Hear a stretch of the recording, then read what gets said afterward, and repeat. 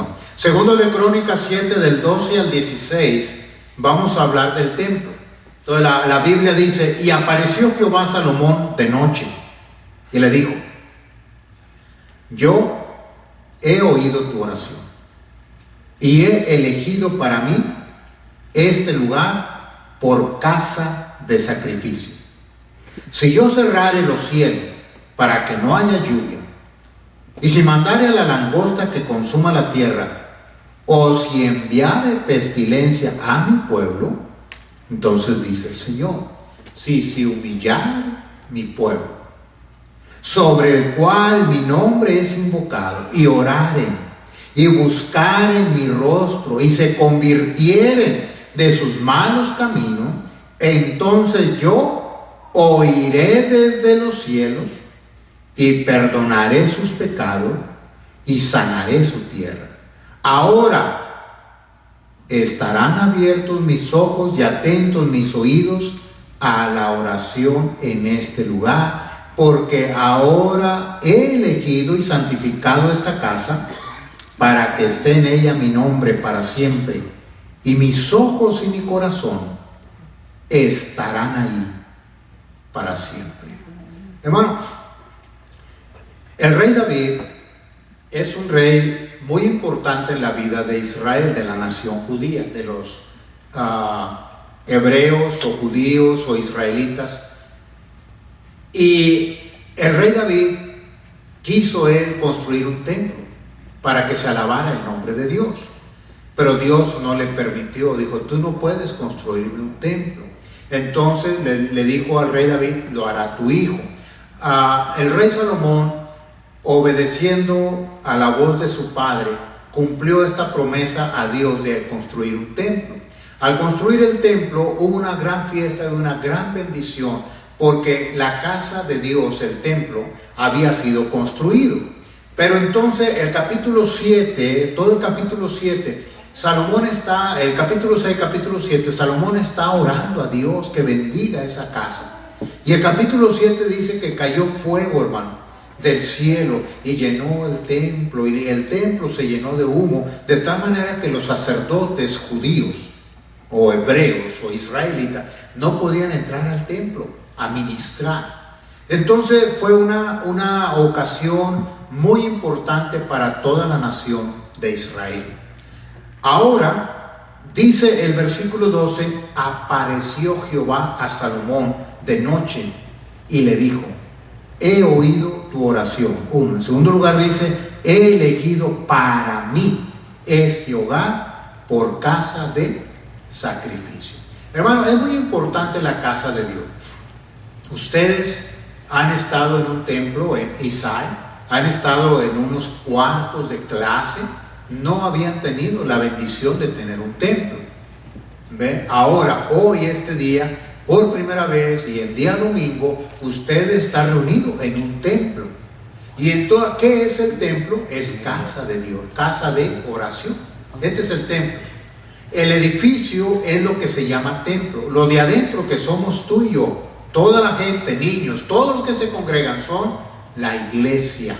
La iglesia es el grupo, el conjunto de creyentes que están unidos con un solo propósito, alabar y glorificar el nombre de Dios. Para eso hemos de venir al templo. Regularmente decimos vamos a la iglesia. La iglesia somos nosotros, el cuerpo, o sea, el grupo de personas.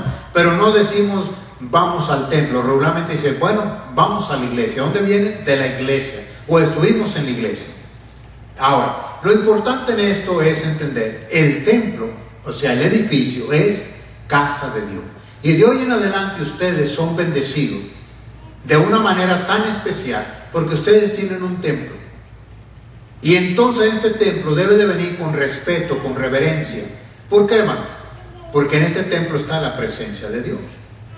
¿Qué le dijo Dios a Salomón? En el versículo 12 le dice, yo he oído tu oración. ¿Qué era la oración del rey Salomón? Bueno, que Dios mirara el edificio que él había construido y que estuviera en ese edificio. Entonces, ¿para qué queremos nosotros un edificio? para que entonces la presencia de Dios esté en este edificio. Una cosa importante, ¿qué vamos a hacer en el templo? Bueno, ya sabe usted qué es lo que hicimos, una oración. ¿Qué es lo que hicimos? Cantar. Ustedes tienen la ventaja de cantar en inglés y en español. Nosotros allá no, solamente cantamos en español. ¿Okay? Pero algo importante que usted puede alabar el nombre de Dios en inglés y en español. Otra cosa importante, ¿a qué viene al templo? A oír palabra de Dios. ¿A qué viene al templo? A estudiar la palabra de Dios. ¿A qué viene el templo? Que sus niños ahorita que están en la clase, ¿qué están haciendo sus niños allá en las clases? Aprendiendo palabra de Dios. Se les da un refresquito, una comidita, un lonchecito. Pero ¿qué hacen esos niños? Aprenden palabra de Dios. Otra cosa importante, ¿por qué es necesario un templo? Porque al venir al templo, usted se olvida de los quehaceres de su casa, de sus vecinos, de su familia, del carro, de la yarda, de cualquier trabajo. Usted se va a olvidar de todo aquello que le impide venir a la casa de Dios. Porque algunos dicen, no voy a la iglesia, hoy no voy a ir a la iglesia porque voy a lavar o voy al mandado o voy a hacer esto, hacerlo. Entonces por X razones no viene a la iglesia. Pero entonces otros dicen, yo no voy a la iglesia, pero en mi casa yo voy a orar. Bueno, es lo que dice, que lo haga, eso es otra cosa. ¿Me entiende? ¿Por qué? Porque en la casa ya está el niño, está la niña, está el perro, el gato, la vecina, el vecino, que el quehacer, que la televisión, que el juego. Entonces, ¿adoraste a Dios? No. No puedes en tu casa adorar a Dios de la misma manera que lo adoras en el templo. Por eso es el templo, por eso se construyen templos, porque esos templos se dedican a Dios, se ora a Dios para que Dios, su presencia esté en este lugar, y que cuando tú entres a este lugar sientas amor, respeto hacia Dios y sientas la presencia de Dios. Por eso se construyen estos templos. Otra cosa importante que le dijo Dios a Salomón en el versículo 12, le dijo, yo he oído tu oración. En segundo lugar le dijo, y he elegido para mí este lugar como casa de sacrificio. Hermano, este templo, yo no sé cuántos años hace que este templo fue construido. Este templo, no sabemos la historia, las personas. Los americanos que estuvieron aquí, me dice mi hijo que son algunas personas ya muy grandes de edad también, y son muy poquitos. Entonces ellos con sus diezmos, sus ofrendas, pues no pueden sostener, hermano, todo este edificio, el edificio que está atrás, el edificio de un lado, sostener, arreglar lo que es el mantenimiento del estacionamiento, el sostenimiento, el mantenimiento del edificio. Entonces, hermano, pero ¿sabe qué está haciendo usted? Usted le está tocando ahora continuar el trabajo que ellos empezaron hace 50 años, hace 30 años, hace 100 años. No sabemos cuándo comenzó esta iglesia. Pero el tiempo que haya comenzado, Dios en su misericordia quiso que ellos dejaran su trabajo en este lugar y posiblemente ellos se unan a otra iglesia americana donde continúen ellos alabando el nombre de Dios. Pero este edificio lo están dejando en manos de usted. Y cuando este edificio lo dejan en manos de usted, ¿sabe qué está pasando? Que el Señor está poniendo sobre los hombros de ustedes la carga de que esta iglesia siga adelante, de que almas sigan siendo salvadas, de que el evangelio siga siendo predicado. Entonces ya el grupo que estaba antes no podía por su edad y todos los años que pasaron en este lugar. Ahora Dios está diciendo, bueno, ustedes no pueden, les voy a dar un descansito. Ahora siguen los hispanos, ellos lo pueden hacer. Qué hermoso es que Dios te haya seleccionado, Dios te haya escogido y Dios haya puesto sobre tus hombros la carga, la tarea de que lleven adelante el mensaje de salvación para la gente que tanto necesita que su alma sea salvada de la condenación del infierno. El versículo 14 es un versículo muy importante. Ya Dios ha hablado a Salomón, ha respondido a la oración de Salomón, pero en el versículo 14 está diciendo, si se humillare mi pueblo. Hermano, una de las maneras que ustedes van a trabajar aquí es humillándose. En el mundo,